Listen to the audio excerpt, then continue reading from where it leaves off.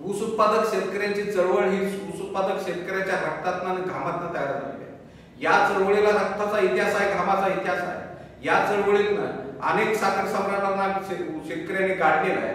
ज्या साखर सम्राटांच्या घरासमोर जायची सुद्धा शेतकऱ्यांना भीती वाटत होती, त्या साखर सम्राटांच्या मानगुटीवर बसून ऊस उत्पादक शेतकऱ्याने आपला दर मागून काढून घेतलेला आहे। म्हणजे ह्या चळवळीचा संघर्ष आणि इतिहास अतिशय सोनेरी आहे। ही चळवळ टिकली पाहिजे, ही चळवळ वाढली पाहिजे। या चळवळीच्या यशातनं, या चळवळीच्या संघर्षातनं उद्याचा ऊस उत्पादक आर्थिकदृष्ट्या सक्षम होणार आहे। त्यामुळे राज्यातल्या तमाम ऊस उत्पादक शेतकऱ्यांना मी आवाहन करतो की तुम्ही स्वाभिमानी शेतकरी संघटनेशी, शेतकरी चळवळीशी जोडलं गेलं पाहिजे, त्या चळवळीत सहभागी झालं पाहिजे। त्याचबरोबर ऊस उत्पादक शेतकऱ्यांना मी हेही आवाहन करतो की महेश खर्डे ऑफिशियल चॅनल हे आम्ही नुकतंच सुरू केलेलं आहे। यही चॅनल लाईक करा, सबस्क्राईब करा आणि आम्हाला सहकार्य करा।